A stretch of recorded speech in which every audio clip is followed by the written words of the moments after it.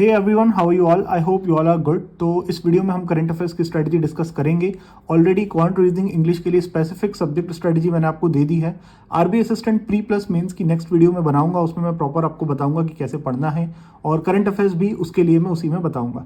इसमें मैं आपको 2023 के जितने भी बैंकिंग एग्जाम्स हैं, कोई भी मेंस हो, उसमें कैसे आपको करंट अफेयर्स पढ़ना है वो मैं आपको इस वीडियो में बताने वाला हूँ। कितना पढ़ना है, कैसे पढ़ना है, कहाँ से पढ़ना है, कौन से मोस्ट इंपॉर्टेंट टॉपिक हैं, कौन से लीस्ट इंपॉर्टेंट टॉपिक हैं, वो सारी चीज़ें मैं इसमें कवर करूंगा।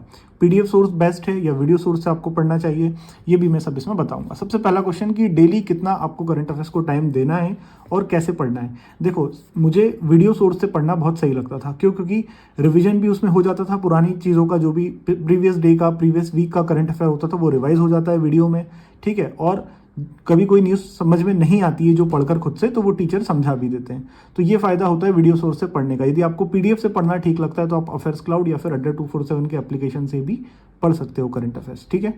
1 घंटा सफिशिएंट है। कोई भी मेंस एग्जाम आप टारगेट कर रहे हो, 1 घंटा डेली आपको करंट अफेयर्स को आज से अभी से देना है। उसके बाद जब आपका प्री हो जाता है, जब आपका मेंस आता है, 15-20 दिन जितने भी दिन आपको मिलते हैं, तो उसमें आप बढ़ा सकते हो, 2 घंटा, 3 घंटा, 4 घंटा तक पढ़ सकते हो। अभी 1-1 घंटा पढ़ोगे तो डेली आपकी सारी चीज़ें कवर हो जाएगी। यदि अभी नहीं पढ़ा तो बाद में बहुत ज़्यादा हो जाता है, फिर आप कट आउट करने लगोगे कि यार 3 महीने का कर लेता हूँ, रिसेंट 3 मंथ से आएगा, रिसेंट 2 मंथ से आएगा, लेकिन ऐसा होता नहीं है। मैं आपको सिनेरियो समझाऊंगा कि लास्ट 6 मंथ से कैसे आता है, ठीक है। तो ये मैंने आपका पहला क्वेश्चन बता दिया। दूसरा है कि कहाँ से पढ़ें। कुछ सोर्सेज के मैंने नाम यहाँ लिखे हैं। देखो, अपना एजुकेटर आप बेस्ट चूज करो, वो सही है, लेकिन आप ये देखो कि आपको किसका सबसे ज़्यादा समझ में आ रहा है, कौन किसका पढ़ाने का तरीका आपको सही लग रहा है, किसकी आवाज़ में आपको ठहराव लग रहा है, ठीक है। यदि आपको इंटरेस्ट ही नहीं आएगा पढ़ने में तो आपको याद भी नहीं होगा। तो आप एक टीचर कोई भी बेस्ट अपने लिए चुन लो, उसके बाद इधर उधर मत भागो, उनके साथ कंसिस्टेंट रहो, उनमें ट्रस्ट करो जो भी कंटेंट वो दे रहे हैं, ठीक है। 2 सोर्स आपको फॉलो करना है, एक पीडीएफ अफेयर्स क्लाउड का और एक वीडियो सोर्स। कोई भी वीडियो सोर्स को आपको डेली फॉलो करना है। उसके बाद जब आपका एग्जाम आता है तब आपको पीडीएफ जो मंथली होती हैं, जो वीकली होती हैं, उनसे आपको रिवीजन करना है। वीडियो में आगे बढ़ने से पहले मैं आपको बता दूं आज के ऑफर के बारे में। टेक्स्ट बुक पर ऑफर का लास्ट डे है, यानी कि 25 से 27 तक ये ऑफर था। ये है डबल धमाका ऑफर। इसमें आपको सिर्फ 269 रुपीज़ में 2 साल की वैलिडिटी मिल रही है, यानी कि इस साल पूरे मॉक टेस्ट जितने भी हैं वो दे पाओगे आप, और अगले साल भी जो मॉक टेस्ट इसके होंगे वो सभी आप दे पाओगे। कोड आपको यूज़ करना है BGH। किसी भी प्री एग्जाम को टारगेट करने के लिए टेक्स्ट बुक एक अच्छा मॉक टेस्ट है। यदि आप बिगनर हो तो बिल्कुल आपको टेक्स्ट बुक प्रेफर करना चाहिए, ठीक है। इसमें आपको सभी एग्जाम्स के लिए प्री प्लस मेंस के मॉक टेस्ट मिल जाते हैं। इसका लिंक मैं आपको डिस्क्रिप्शन में दे रहा हूँ, वहां से जाके आप ये चेक कर लेना। चलते हैं वीडियो में आगे। देखो, कुछ लोग पूछते हैं कि करंट अफेयर्स के नोट्स कैसे बनाएं, हम डेली नोट्स बनाएं या फिर कैसे नोट्स बनाएं। तो मैं आपको बताता हूँ मैं कैसे नोट्स बनाता था, कैसे आपको नोट्स बनाना चाहिए। देखो, ये एक मैगजीन है स्टडी IQ की, ठीक है, गौरव सर की मैगजीन है। इसमें डे वाइज करंट अफेयर्स है। जैसे सितंबर 1 का है तो सितंबर 2 का है, फिर सितंबर 3 का है। तो जो भी डेली न्यूज़ होती थी, जो भी एक्स्ट्रा इन्फॉर्मेशन होती थी, जो वीडियो में बताई जाती थी, उसको मैं इस तरह से टॉप पे लिख लेता था। और मैं कोशिश करता था किसी भी न्यूज़ को कंपाइल करने की, किसी प्रीवियस न्यूज़ के साथ जो उसी से रिलेटेड है। तो उससे क्या होता था, रिवीजन करने में आसानी होती थी। यहाँ पे मैं हाईलाइटर से मार्क कर लेता था, कुछ अलग इन्फो होती थी वो लिख लेता था।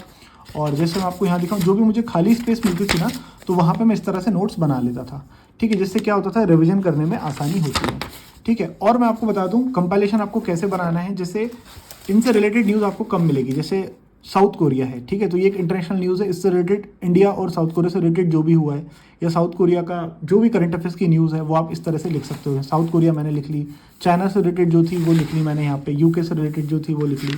इस तरह से इनसे रिलेटेड भी कुछ। इनसे क्या होता है कि आपको बहुत ज़्यादा न्यूज़ नहीं मिलती, लेकिन जो भी मिलती है ना वो सिलेक्टिव होती है और इम्पॉर्टेंट होती है। यदि आपको ऑप्शन में गूगल, माइक्रोसॉफ्ट एक जैसे दिख जाए कि ये किसने किया है, एडोबी से MOU करके, तो आपको कन्फ्यूजन बहुत जल्दी होगा उसमें, क्योंकि वो एक जैसे ऑप्शंस आपको लगेंगे। तो गूगल से रिलेटेड मैंने यहाँ पे रख लिया, और माइक्रोसॉफ्ट से रिलेटेड जो न्यूज़ थी, वर्ल्ड बैंक से रिलेटेड जो न्यूज़ थी, इससे रिलेटेड जो न्यूज़ थी वो मैंने यहाँ पे इस तरह से लिख ली। तो इस तरह से यदि कंपाइलेशंस आप बनाओगे ना तो आपको रिवीजन करने में बहुत आसानी होगी। अब डेली नोट्स की बात करें तो देखो, डेली आप बुलेट पॉइंट्स लिख सकते हो। पूरे डिटेल आप कॉपी में बैठ के लिखोगे तो जो 1 घंटा CA को देने को बोला है उसमें आपको 2 से 2.5 घंटे लग जाएंगे लिखते लिखते। तो लिखने की बजाय आप बुलेट पॉइंट्स बनाओ, शॉर्ट नोट्स बनाओ रिविजन के लिए। बाकी आप एक्स्ट्रा डिटेल्स जो है वो चाहो तो PDF में लिख सकते हो, ठीक है। उसके बाद सबसे ज़्यादा इंपॉर्टेंट टॉपिक्स कौन से हैं। मैंने डिटेल्ड एक वीडियो बनाया हुआ है करंट अफेयर्स में कि न्यूज़ कैसे आती है, ठीक है। तो वो वीडियो आप देखना, मैं आपको लिंक दे रहा हूँ डिस्क्रिप्शन में उसका। ये वीडियो आप देखोगे तो आपको समझ में आएगा कि पीडीएफ से कैसे क्वेश्चंस बनते हैं। उसके बाद मोस्ट इंपॉर्टेंट टॉपिक्स में आपके आ जाते हैं अवार्ड्स, जो ब्रैकेट ब्रैकेट में मैंने चीज़ें लिखी है ना वो पढ़ना।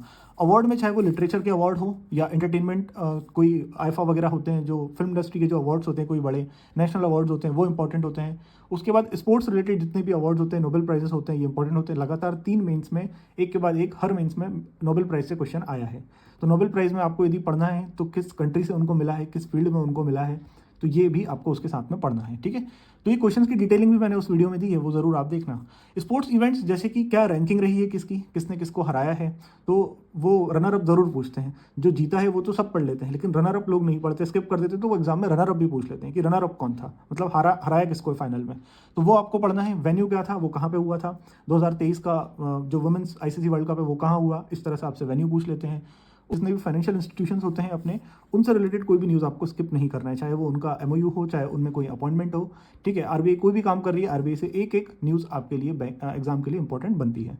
उसके बाद समिट्स, किस कंट्री ने उसको होस्ट किया है, इंडिया से कौन पर्सनैलिटी था जिसने इंडिया को रिप्रेजेंट किया, वहाँ पे कौन गया था, एस जयशंकर थे या कौन थे, जो भी, तो वो आपके लिए इंपॉर्टेंट है पढ़ना। वहाँ पे शेरपा कौन थे, G20 में शेरपा पूछा था, अमिताभ कांत थे। तो इस तरह के क्वेश्चंस बनते हैं।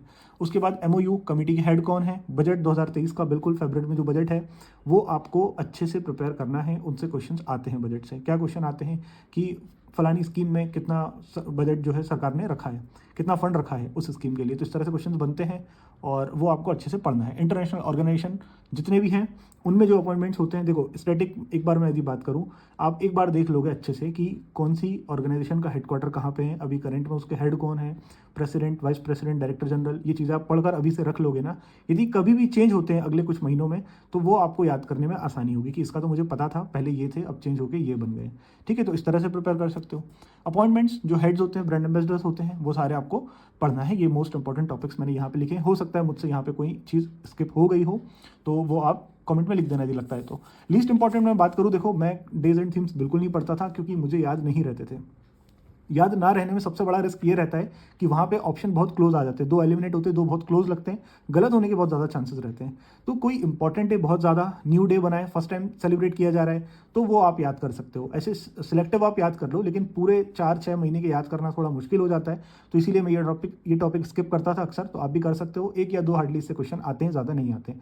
ऑब्वियसली से भी एक ही क्वेश्चन आता है, उसको भी स्किप कर सकते हो, ठीक है। ये लीस्ट इंपॉर्टेंट है, लेकिन ये नहीं कहा मैंने कि ये आएंगे ही नहीं, ठीक है। क्वेश्चन आ सकता है इनसे, लेकिन प्रायोरिटी आप इनको दो, ठीक है। इनको आप बाद में पढ़ लेना चाहो तो। उसके बाद रेटिंग्स, इनसे क्वेश्चन नहीं आते। WPI क्या है, होलसेल प्राइस इंडेक्स कितना रहा, और अलग अलग रेटिंग्स देते हैं जीडीपी की, अलग अलग जो ऑर्गेनाइजेशन होती है अपने हिसाब से, तो वो सारे क्वेश्चन नहीं आते, ठीक है। उसके बाद आते हैं रेपो रेट वगैरह से क्वेश्चन आते हैं, लेकिन रेपो रेट बहुत फ्रीक्वेंटली चेंज हुई। लास्ट ईयर की बात करूँ तो लास्ट ईयर पूरे 1 साल में 4 बार चेंज हुई, तो वो मंथ मेंशन करके पूछेगा कि इस मंथ में, मतलब 31 सितंबर तक क्या रहा रेपो रेट, इस तरह से पूछेगा। तो वो 1-2 चीज़ें जो आरबीआई से रिलेटेड वो इंपॉर्टेंट है, वो आप पढ़ लेना, बाकी आप स्किप कर सकते हो। उसके बाद एक चीज़ है जैसे कि स्टैटिक का बहुत ज़्यादा पार्ट अब नहीं आता, जैसे कि रिवर्स हुए और बहुत सारे अपॉइंटमेंट्स हैं ऐसे, जैसे कि गवर्नर्स हुए, CMs हुए। तो करंट अफेयर्स में जो आप पढ़ोगे उतना सफिशिएंट है, पूरे 28 स्टेट्स के आपको याद करने की ज़रूरत नहीं है, स्टैटिक वैसा नहीं आता, ठीक है। और मैंने कुछ 1-2 एग्जांपल दिए उस तरीके से, जैसे डैम्स हुए हैं, ठीक है। तो नया कोई एमओयू हुआ है, नया कुछ बन रहा है, कोई अडानी जो है वो कोई नया पोर्ट बना रहा है, ठीक है, तो वो आपको पढ़ना है। ऑलरेडी कोई स्टैटिक का पार्ट है वो आप स्किप कर सकते हो। तो ये सारी चीज़ें हैं जो लिस्ट इंपॉर्टेंट है। उसके बाद मैं आपको बताता हूँ कौन से मंथ से ज़्यादा आता है, ठीक है, कितने मंथ्स का आपको कवर करना है। तो कोर्स 6 मंथ्स का आपको ये कवर करना है। बिल्कुल भी जैसे आज से अभी से पढ़ोगे आप तो क्या दिक्कत है आपको, फरवरी कर लो आप, बजट आ जाएगा उसमें, मार्च कर लो, अप्रैल कर लो। यदि आपका एग्जाम होता है जुलाई में, सपोज जुलाई में आपका एग्जाम है फॉर एग्जाम्पल, तो आपको ये नहीं सोचना है कि ये जो 3 मंथ हैं जुलाई से पहले के, उनसे करंट अफेयर्स आएगा या 2 मंथ से आएगा। वो आपको ना इन 2 मंथ से बहुत ज़्यादा पूछ लेगा, और यहाँ से आपको 1 क्वेश्चन, 2 क्वेश्चन, यहाँ से 3 क्वेश्चन, बस इतना। ऐसा भी हो जाएगा, या फिर ये 2 मंथ से ज़्यादा पूछ लेगा, या फिर ये 2 मंथ से ज़्यादा पूछ लेगा, ठीक है। तो एग्जामिनर का किसी भी एग्जाम में, कोई भी मेंस हो, आपका भरोसा नहीं है कि किस मंथ से आएगा, तो मंथ स्पेसिफिक मत बनो। और 3 महीना 4 महीना ऐसे डिसाइड मत करो। कोर 6 मंथ्स का आता है वो पूछते हैं, ठीक है। अब ज़रूरी नहीं कि पूरा जनवरी से आपके 20-22 क्वेश्चन आ जाए, बाकी सब यहाँ से मिक्स आए, तो ऐसा नहीं होता। मतलब वेल बैलेंस्ड रहता है, इक्वल भी नहीं आते, लेकिन किसी भी एक मंथ में, जैसे IBPS PO मेंस में क्या हुआ था कि बहुत ज़्यादा सितंबर से पूछे थे क्वेश्चन, बहुत ज़्यादा क्वेश्चन से सितंबर से। मेरे कोई भी मेंस का एनालिसिस आप देखोगे ना, तो मैंने उसमें ये चीज़ें बताई हुई है कि किस एग्जाम में किस मंथ से ज़्यादा क्वेश्चन आए हैं, किस में कम आए हैं। और जो करंट अफेयर्स के क्वेश्चंस आते हैं उनमें बैंकिंग अवेयरनेस के क्वेश्चंस का वेटेज बहुत अच्छा खासा होता है। इतना होता है कि मतलब 50-50 हो जाता है कि बैंकिंग अवेयरनेस यदि नहीं पढ़ा है ना आपको, तो वही वही क्वेश्चंस दिखेंगे। इसीलिए जो मैंने यहाँ पे मेंशन किया ना चीज़ें, जैसे कि बजट हुआ, फाइनेंशियल इंस्टीट्यूशंस हुए जितने भी होते हैं, इनको आपको अच्छे से कवर करना है। इंटरनेशनल ऑर्गेनाइजेशन यानी कि इंटरनेशनल बैंक्स जितनी भी होती हैं, वो भी आपको अच्छे से कवर करना है। वर्ल्ड बैंक ने किसको लोन दिया है, कितना दिया है, किस पर्पज़ के लिए दिया है, ये आपको पता होना चाहिए, ठीक है। IMF है, वर्ल्ड बैंक है और इनके अपॉइंटमेंट्स, तो इनसे क्वेश्चन आए हैं, पिछले सभी मेंस में आए हैं, तो ये आपको अच्छे से पढ़ना है, इनको स्किप नहीं करना है, ठीक है। तो मैंने आपको एक एक चीज़ इस वीडियो में बताई है, और एक वीडियो मैंने आपको रिकमेंड किया है मेरा ही, वो आप ज़रूर से देख लेना। मैंने उसमें बताया क्वेश्चंस कैसे बनते हैं, क्वेश्चंस कैसे आते हैं। यदि आप बिगनर हो तो आपको वो देख के समझ में आ जाएगा, ठीक है। तो अगला वीडियो मैं बनाऊंगा RBI असिस्टेंट मेंस की स्ट्रेटजी पे, और बने रहना, चैनल को सब्सक्राइब कर लेना, आप वीडियो को लाइक कर देना, तो आपको अगले वीडियो की अपडेट भी मिल जाएगी। मिलते हैं अगले वीडियो में, till then good bye, take very good care of yourself, bye.